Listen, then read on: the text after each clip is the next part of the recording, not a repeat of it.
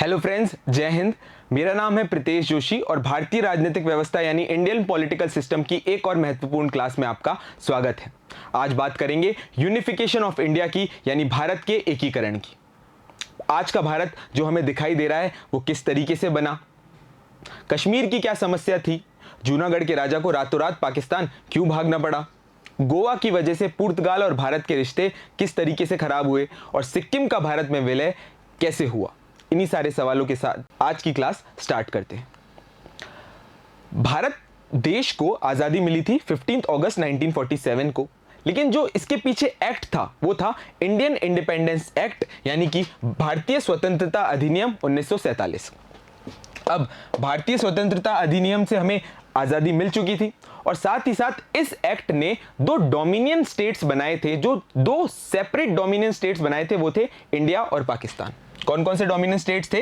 India और पाकिस्तान। यानी हमें आज़ादी दिलाने वाला एक्ट था इंडियन इंडिपेंडेंस एक्ट और इसने दो डोमिनियन स्टेट यानी अधीन देश बनाए, वो थे हमारे इंडिया और पाकिस्तान। जब इंडिया और पाकिस्तान अलग डोमिनियन स्टेट्स बन चुके थे तो समस्या थी प्रिंसली स्टेट्स का। अब प्रिंसली स्टेट्स की बात करी थी हमने कॉन्स्टिट्यूएंट असेंबली के टाइम पे कि प्रिंसली स्टेट्स क्या थे। प्रिंसली स्टेट ऐसे एरियाज थे जहां पर आज भी राजा का अधिकार था। किसका अधिकार था? राजा का अधिकार था। अभी भी वहां पर राजशाही चला करती थी। और भारतीय ज्योग्राफी के अंदर यानी इंडियन ज्योग्राफिकल एरिया के अंदर टोटल 552 यानी 552 प्रिंसली स्टेट्स जो थे उस समय देखने को मिलते थे। प्रिंसली स्टेट्स के साथ समस्या यह थी कि अब जो कि हमारा रिश्ता था ब्रिटिशर्स के साथ, अब वो रिश्ता पूरी तरीके से खत्म हो गया। तो उनको टोटल 3 ऑप्शंस दिए गए। कौन कौन से थे वो ऑप्शन? पहला, या तो वो इंडिया के साथ मर्ज हो जाएं, क्योंकि इंडिया की ज्योग्राफी में है तो इंडिया के साथ मर्ज हो जाएं। इधर अगर उनका पाकिस्तान प्रेम ज्यादा है तो वो पाकिस्तान के साथ मर्ज हो सकते हैं। और तीसरी, वो अपना इंडिपेंडेंट स्टेटस भी जो है वो रख सकते हैं, वो एक इंडिपेंडेंट स्टेट के तौर पे भी अपने आप को डेवलप कर सकते हैं। तो प्रिंसली स्टेट के पास 3 ऑप्शन दिए गए, इंडिया के साथ हो जाओ, पाकिस्तान के साथ चले जाओ, या फिर आप इंडिपेंडेंट स्टेटस भी रख सकते हो। और टोटल कितने प्रिंसली स्टेट थे? तो टोटल 552 प्रिंसली स्टेट थे। अब बाकी मेजॉरिटी ऑफ जितने प्रिंसली स्टेट्स थे वो सारे सीधे साधे स्टेट थे, अच्छे स्टेट थे, उनके अंदर नेशनलिज्म की भावना कूट कूट कर भरी हुई थी। पर 3 सरदर्द ऐसे थे जिन्होंने भारत के इंटीग्रेशन के अंदर, भारत के यूनिफिकेशन के अंदर बड़ी प्रॉब्लम क्रिएट कर रखी थी। कौन कौन से थे वो 3 स्टेट? वो थे जम्मू कश्मीर, जूनागढ़ और हैदराबाद। जम्मू कश्मीर, जूनागढ़ और हैदराबाद। क्लियर है बात? अब इन तीनों स्टेट की क्या कहानी है? और जब 549 स्टेट्स मतलब 552 में से 549 स्टेट्स इंडिया के अंदर अपने आप को यूनाइट कर चुके थे तो इन तीनों स्टेट्स की क्या समस्याएं थी, उन तीनों समस्याओं को हम देखते हैं एक एक स्टेट के तौर पे। एक मैप जो कि हमें ये बताता है कि किस तरीके से ब्रिटिश प्रोविंसेस थे और कौन कौन से प्रिंसली स्टेट थे। जो ग्रे कलर में दिखाई दे रहे हैं वो तो हैं हमारे ब्रिटिश इंडिया के प्रोविंसेस, टोटल 11 प्रोविंसेस थे। और जो येलो कलर में छोटे छोटे अलग अलग पार्ट्स में डिवाइड होकर दिख रहे हैं वो थे हमारे प्रिंसली स्टेट्स। और प्रिंसली स्टेट का टोटल नंबर कितना था? 552। ठीक है, अब 552 प्रिंसली स्टेट्स तक तो ठीक बात थी। उनमें से 3 समस्याएं थी। इन तीनों समस्याओं को अपन इंडिविजुअल तौर पे देखते हैं, पर उससे पहले हमें चलना पड़ेगा 1947 में, अक्टूबर 1947 में। अक्टूबर 1947 में क्या हो जाता है भाई? आज़ाद देश हो चुका था 15 अगस्त को। अगस्त के महीने के बाद अक्टूबर में बड़ी समस्या क्रिएट हो जाती है और वो समस्या क्रिएट थी कश्मीर द्वारा, जम्मू एंड कश्मीर द्वारा। जम्मू कश्मीर में क्या हुआ उसको देख लेते हैं। जम्मू कश्मीर की समस्या को समझने के लिए हमें इसकी पूरी कहानी को जानना पड़ेगा। जम्मू कश्मीर अपने आप में एक इंडिविजुअल स्टेट, एक इंडिविजुअल प्रिंसली स्टेट का दर्जा उसे प्राप्त था और ब्रिटिशर्स के साथ उसके बढ़िया संबंध थे। और उस समय पर जो इंपॉर्टेंट किंग थे, इंपॉर्टेंट राजा थे, उनका नाम था हरि सिंह जी। क्या नाम था? हरि सिंह जी। हरि सिंह जी।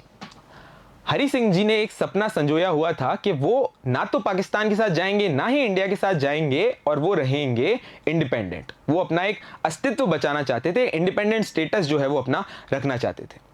पर समस्या ये हो रही थी कि जो मेजॉरिटी ऑफ पॉपुलेशन थी वो मुस्लिम थी। मेजॉरिटी ऑफ जो पॉपुलेशन थी वो क्या थी? तो भैया मुस्लिम थी। राजा हिंदू, प्रजा मुस्लिम, तो बड़ी कॉन्ट्राडिक्शंस जो है पैदा हो रहे थे। और समस्या ये साथ साथ इतनी बढ़ती जा रही थी कि पाकिस्तान ने एक नैरेटिव डेवलप कर लिया था कि भाई क्योंकि ये मुस्लिम पॉपुलेशन वाला इलाका है और हमारी ज्योग्राफी के पास का है, तो इस स्टेट को तो हम अपने साथ विलय करवा ही लेंगे, इसको तो अपने साथ इंक्लूड करवा ही लेंगे। तो पाकिस्तान ने सबसे पहले हरी सिंह जी से कांटेक्ट करने की कोशिश करी। हरी सिंह जी से कांटेक्ट करने की कोशिश करी, हरी सिंह जी को मनाने की कोशिश की कि भैया आप हमारे अंदर इंक्लूड हो जाओ, जो भी शर्तें हैं वो सारी की सारी शर्तें हम आपकी मान लेंगे। और दूसरा काम क्या किया, जब हरी सिंह जी ने ये बातें मानने से मना कर दी तो पाकिस्तान ने बड़ी चालाकी से एक कदम उठाया, और वो कदम था अपनी आर्मी के वेश में कबाइलियों को भेजना।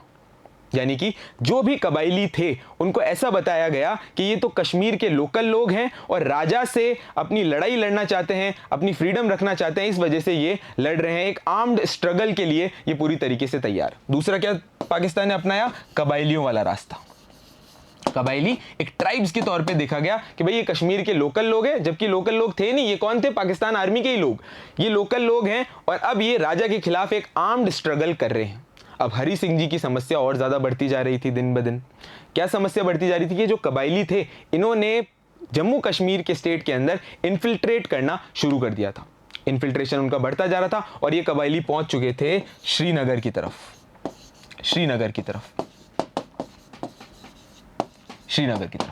और श्रीनगर के अंदर ही राजा की कैपिटल थी, और राजा की कैपिटल के साथ साथ ही पूरा का पूरा जो साम्राज्य था वो श्रीनगर से ही चलता था।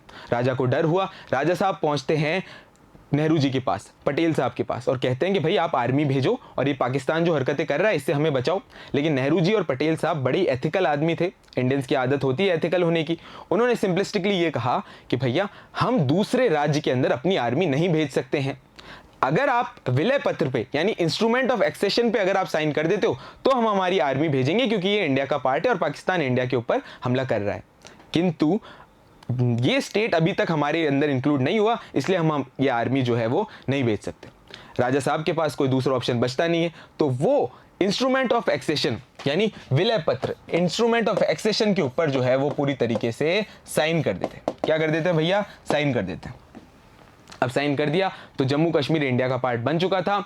भारत ने आर्मी भेजी और पाकिस्तानी आर्मी को खदेड़ना शुरू किया, पर इतने में ही नेहरू जी थोड़े आइडियलिस्टिक नेचर के इंसान थे, वो यूएन पहुंच जाते और यूएन से कहते हैं कि भाई ये जो समस्या खड़ी हुई है, पाकिस्तान आए दिन हमें परेशान कर रहा है, इसका कोई सोल्यूशन निकालो। और यूएन कर देता है स्टेटस को मेंटेन की बात, यानी जो भी स्थिति है यथास्थिति मेंटेन कर ली जाए, सीज फायर का उल्लंघन ना हो, यानी जो आर्मी जहां तक पहुंच चुकी है वो वहीं रहे और इसकी बात, इसका सोल्यूशन निकलेगा एक डायलॉग से।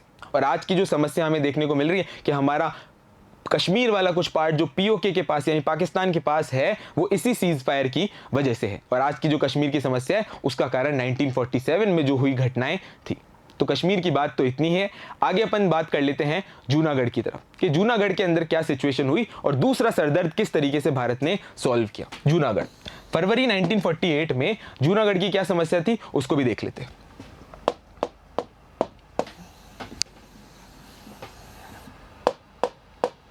जूनागढ़, अब भैया जूनागढ़ कहाँ है ये, तो जूनागढ़ साहब गुजरात में है, गुजरात में, ठीक है, गुजरात में कोस्टल टाउन है, बड़ा सारा टाउन है जूनागढ़, बड़ा इंपॉर्टेंट टाउन था। और इसके राजा थे महावत खान थर्ड। कौन थे राजा, महावत खान थर्ड। महावत खान थर्ड बड़ी अय्याश किस्म के आदमी थे, अपनी मेजोरिटी ऑफ छुट्टियां जो है वो यूरोप और इंग्लैंड में ही बिताते थे और इनका अपने राज की तरफ कोई भी ध्यान नहीं था। एक्सप्लॉइटेशन करना इनका मेन पर्पस था, टैक्स लगाते थे और अपनी इनकम को ज्यादा से ज्यादा बढ़ाने की कोशिश करते थे। इन्होंने एक एडमिनिस्ट्रेटर को अपॉइंट किया और उस एडमिनिस्ट्रेटर का नाम था शाहनवाज भुट्टो। क्या नाम था, शाहनवाज भुट्टो। ये शाहनवाज भुट्टो पाकिस्तान की पहली महिला प्राइम मिनिस्टर जो कि थी बेनजीर भुट्टो साहिबा, उनके दादाजी थे, ठीक है। अब लोगों का रोष जो है वो बढ़ता जा रहा था क्योंकि लोग जानते थे कि अगर हमें हमारा जीवन बेटर करना है जूनागढ़ में तो हमें भारत के साथ विलय करना पड़ेगा। लोगों ने मांग उठाई और ये जितने भी एडमिनिस्ट्रेटर थे जूनागढ़ के उनका दमन कर रहे थे। अब महावत खान साहब को डर लगा और वो भाग गए पाकिस्तान में अपने पर्सनल चार्टेड प्लेन में। और बड़ी इंटरेस्टिंग कहानी है कि अपनी बीवियों को तो वो छोड़ गए और अपने साथ 2000 से भी ज्यादा कुत्ते यानी डॉग्स के बड़े शौकीन आदमी थे, उनको पाकिस्तान वो ले जाते। जब वो चले जाते हैं तो भारत सरकार प्रॉपर रेफरेंडम यानी प्रॉपर जनमत संग्रह करवाता है जूनागढ़ के अंदर और जूनागढ़ का विलय भारत के अंदर हो जाता है। यानी अपन ने कश्मीर की बात करी तो किस तरीके से हुआ, इंस्ट्रूमेंट ऑफ एक्सेशन की तरफ से, और जब अपन जूनागढ़ की बात कर ले तो विलय हो जाता है रेफरेंडम यानी जनमत संग्रह से। क्लियर बात। नेक्स्ट तीसरा सरदर्द था हमारा हैदराबाद, और बड़ी समस्या थी वहां पर। हैदराबाद की समस्या ये थी कि जम्मू और कश्मीर एक तो नॉर्थ पार्ट में था और कंट्रोलेबल रीजन था, और जूनागढ़ तो बड़ा छोटा सा रीजन था, पर हैदराबाद अपने आप में भारत की सबसे बड़ी रियासत थी, और हैदराबाद के जो निज़ाम थे वो उस टाइम पे दुनिया के सबसे अमीर आदमी में गिने जाते थे, दुनिया के सबसे अमीर आदमी में गिने जाते थे। अब हैदराबाद की क्या समस्या थी उसको भी देख लेते हैं अपन। हैदराबाद, ठीक है, अपने आप में इंडिविजुअल स्टेट था। राजा कौन थे साहब, तो निज़ाम थे। कौन थे, निज़ाम थे। निज़ाम की भी नज़दीकियां पाकिस्तान से बढ़ रही थी, और उनके दिमाग में दो बातें थी कि या तो मैं पाकिस्तान के साथ इंक्लूड हो जाऊं तो मेरी पावर भी एनहांस हो जाएगी, या फिर जो है मैं एज अ इंडिपेंडेंट स्टेट के तौर पे अपने आप को डेवलप कर सकूं। पर दोनों ही कंडीशन बड़ी समस्या वाली थी, क्योंकि यहां पे राजा जो था वो मुस्लिम था और मेजॉरिटी ऑफ जनता जो थी वो हिंदू थी। लोगों के अंदर रोष बढ़ता जा रहा था, आए दिन समस्या और ज्यादा गहरी होती जा रही थी, और लोग सड़कों पर उतर आए थे, एक बड़ा सा जन आंदोलन कर रहे थे। इसी जन आंदोलन को मिटाने के लिए निजाम ने एक आर्मी बनाई, और उस आर्मी का नाम था रजाकार।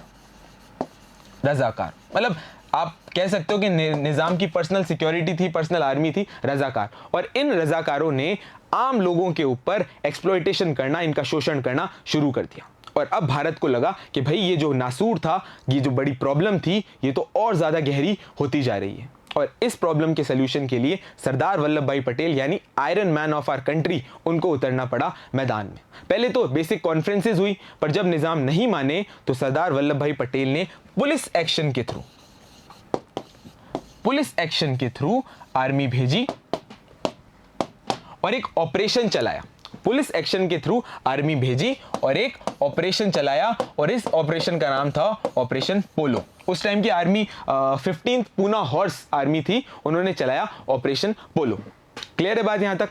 अब देखो क्या हुआ, निजाम की परेशानी का सल्यूशन निकला पटेल साहब के थ्रू, और इन्होंने पुलिस एक्शन के थ्रू जो है वो हैदराबाद को भारत का पार्ट बनाया, और जो ऑपरेशन चलाया वो ऑपरेशन था क्या, ऑपरेशन पोलो। तो ये जो तीनों समस्याएं थी, अब हमारी तीनों समस्याएं सॉल्व हो गई थी। जम्मू एंड कश्मीर की समस्या जो अक्टूबर 1947 में हुई, खत्म किससे हो गई, इंस्ट्रूमेंट ऑफ एक्सेशन से, यानी विलय पत्र पे जैसे ही साइन किया सारी समस्या खत्म हो गई। जूनागढ़ में हमने रेफरेंडम करवाया, और उसके बाद हैदराबाद में पुलिस एक्शन के थ्रू हमने आर्मी को भेजा, और साथ ही साथ ऑपरेशन पोलो चलाकर हैदराबाद को भारत का पार्ट बना दिया। अब पुलिस एक्शन इस वजह से क्योंकि हम दुनिया को ये बताना चाहते थे कि भाई हमारे ये ओरिजिनल पार्ट है, भाई अंदरूनी एरिया में तो आप पुलिस को ही भेजते हो ना, इस वजह से हम एक मैसेज देना चाहते थे कि हमारा अंदरूनी पार्ट है, हम इसको सॉल्व आउट कर लेंगे, इंटरनेशनलाइज करने की कोई जरूरत नहीं है।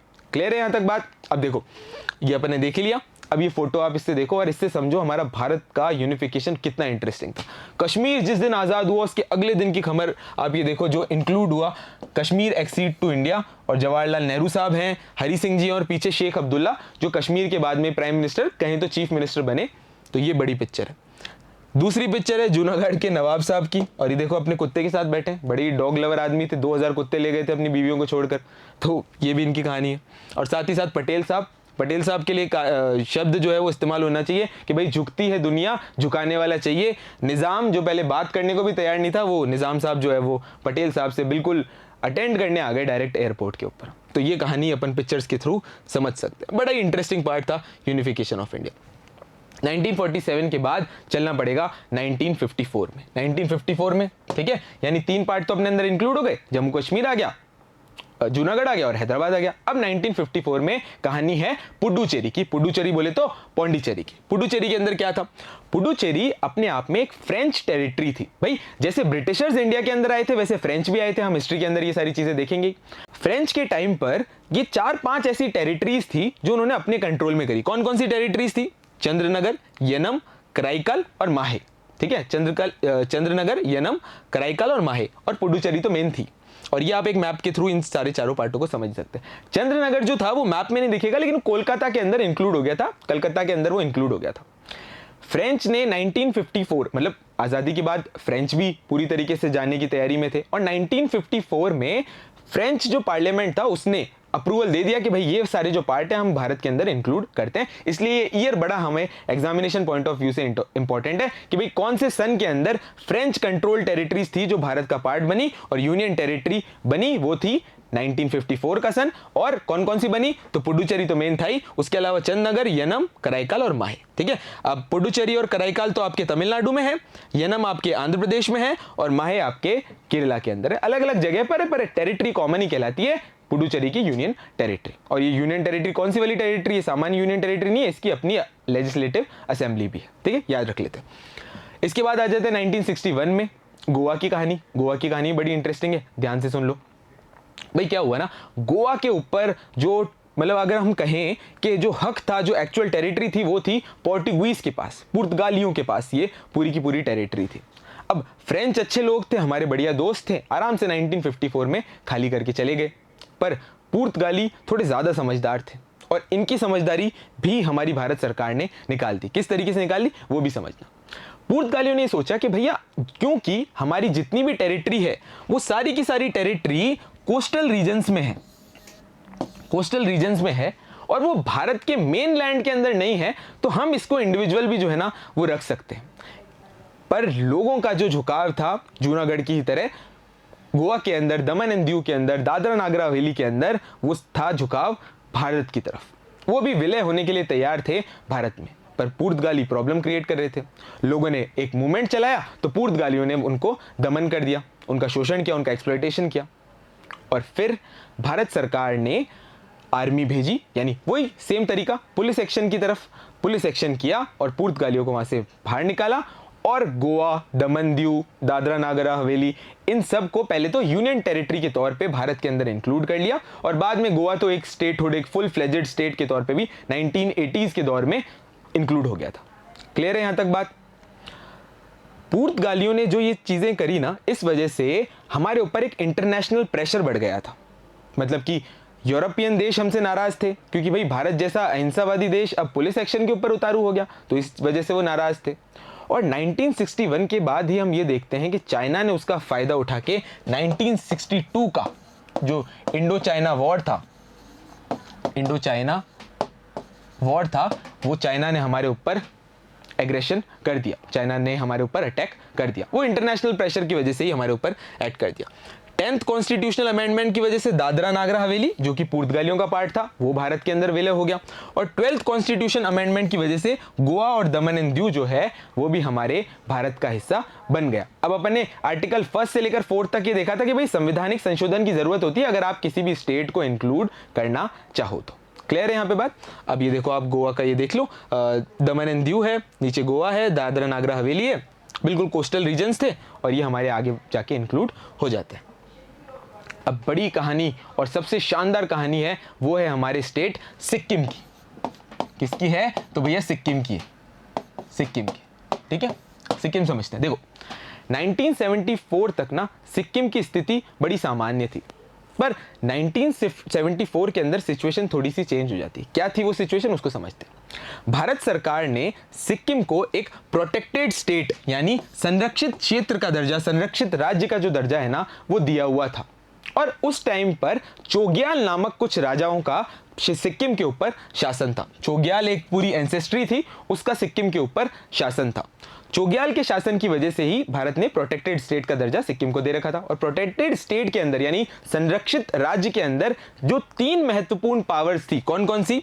फॉरेन अफेयर्स यानी विदेशी मामले, सिक्योरिटी डिफेंस यानी सुरक्षा और कम्युनिकेशन यानी संचार। ये तीनों जो इंपॉर्टेंट मामले थे ये तो थे भारत के पास, और बाकी इंडिविजुअली जो भी सिचुएशन थी, जो भी समस्याएं थी, जो भी प्रॉब्लम्स थी, वो सारी की सारी सिक्किम अपने आप में हैंडल करता था। यानी बाकी की जो जितनी भी पावर्स थी वो सिक्किम के पास थी और ये जो 3 चीजें थी यानी कि विदेश नीति, संचार और सिक्योरिटी यानी सुरक्षा, ये सारी की सारी चीजें किसके पास थी? तो भारत के पास थी।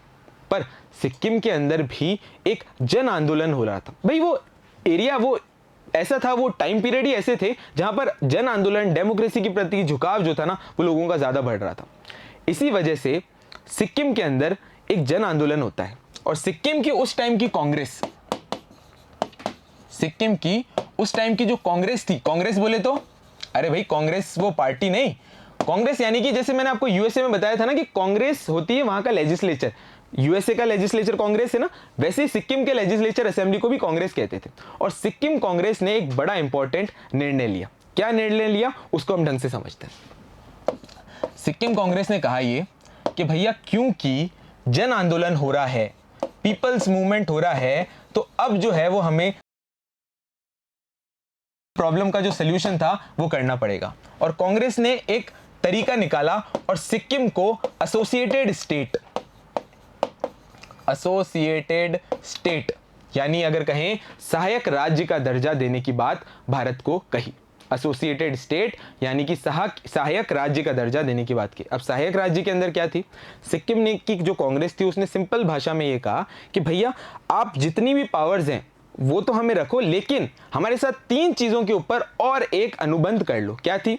पहली चीज तो ये कि जो चोग्याल है, अभी राजा की बात करी थी ना, उसको कॉन्स्टिट्यूशनल हेड बना देते हैं, हम हमारा संवैधानिक प्रमुख बना देते हैं चोग्याल को।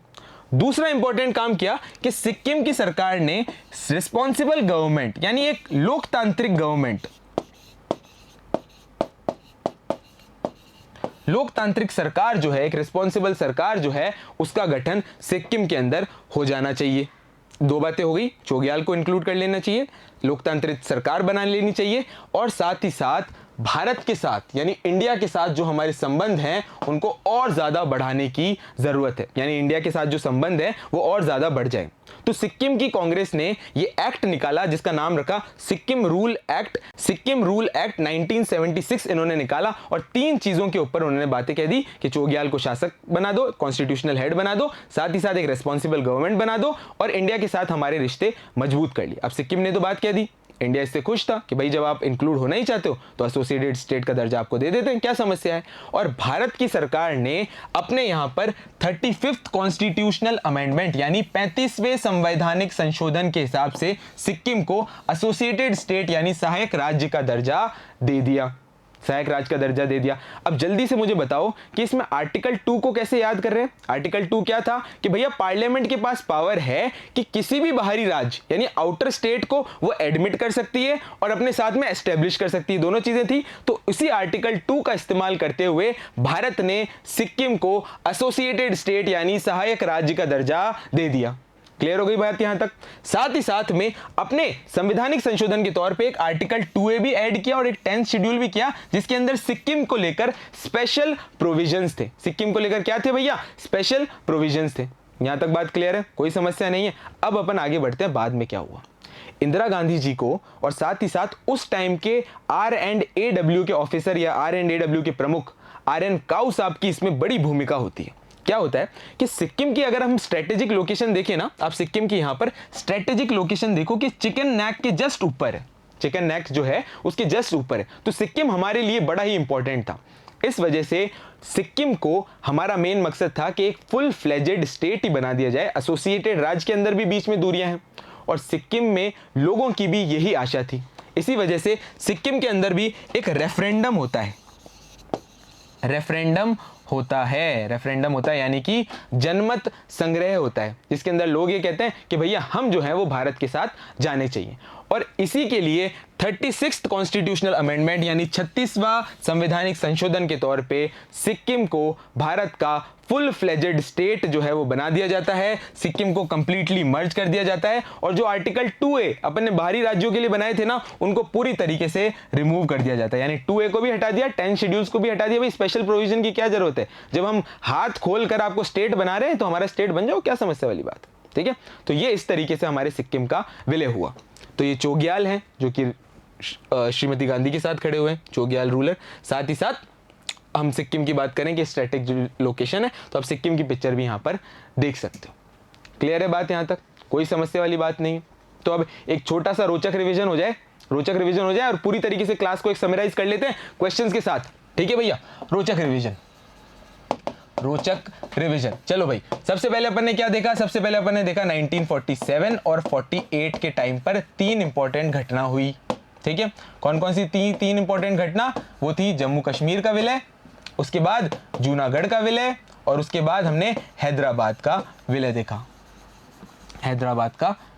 जूनागढ़ को भी लिख देते हैं। जूनागढ़। ठीक है, हैदराबाद का विलय देखा। जम्मू कश्मीर का विलय राजा का नाम क्या था? तो भैया हरि सिंह का था। जम्मू कश्मीर को इंक्लूड कैसे किया? तो इंस्ट्रूमेंट ऑफ एक्सेशन से किया। किससे किया? इंस्ट्रूमेंट ऑफ एक्सेशन से। अच्छा भाई, जूनागढ़ के राजा का क्या नाम था? महावत खान थर्ड। और हमने इसको कैसे इंक्लूड किया? तो भैया रेफरेंडम यानी जनमत संग्रह से कर लिया। हैदराबाद को भी इंक्लूड किया था। हैदराबाद के राजा का क्या नाम था? तो निजाम था। और हैदराबाद को हमने कैसे इंक्लूड किया? तो भैया हमने किया पुलिस एक्शन से। पुलिस एक्शन से। क्लियर है? यहां तक की सारी घटना क्लियर है। तो उसके बाद क्या आ जाता है 1954 के अंदर। 1954 के अंदर हम फ्रेंच टेरिटरी, कौन सी territory? French territory. French territory को इंडिया के अंदर इंक्लूड कर लेते हैं और वो फ्रेंच टेरिटरी थी पुडुचेरी। पुडुचेरी। यहां तक है क्लियर बात? पुडुचेरी इंक्लूड हो गई। यानी सबसे पहले अपने 1947-48 के अंदर 3 स्टेट को इंक्लूड कर लिया और उसके बाद पे हमने 1954 में पुडुचेरी को भी इंक्लूड कर लिया। उसके बाद 1961 में किसको किया? गोवा और डीडी यानी कि दमन एंड दीव, इनको भी हमने इंक्लूड कर लिया। ठीक है, गोवा को और दमन एंड दीव को भी इंक्लूड कर लिया। गोवा को जो इंक्लूड करने का तरीका क्या था? किससे इंक्लूड किया? तो भैया पुलिस एक्शन से किया। और गोवा के ऊपर पहले कौन राज करते थे? तो भाई पुर्तगाली राज करते थे। यहां तक भी बात क्लियर है। 1961 के बाद अपन आ जाते हैं 1976 के दौर में और इसमें हम सिक्किम को इंक्लूड कर लेते हैं। सिक्किम को इंक्लूड कर लेते हैं। ठीक है भैया, सिक्किम को इंक्लूड कर लेते हैं। सिक्किम के राजा का क्या नाम था? तो चोग्याल राजा का नाम था। सबसे पहले सिक्किम को कौन सा दर्जा दिया? तो प्रोटेक्टेड स्टेट का दर्जा दिया। प्रोटेक्टेड स्टेट का दर्जा दिया। प्रोटेक्टेड स्टेट के बाद हमने इसको बना दिया एसोसिएटेड स्टेट। एसोसिएटेड स्टेट कौन से संवैधानिक संशोधन से? तो 35th कॉन्स्टिट्यूशनल अमेंडमेंट से।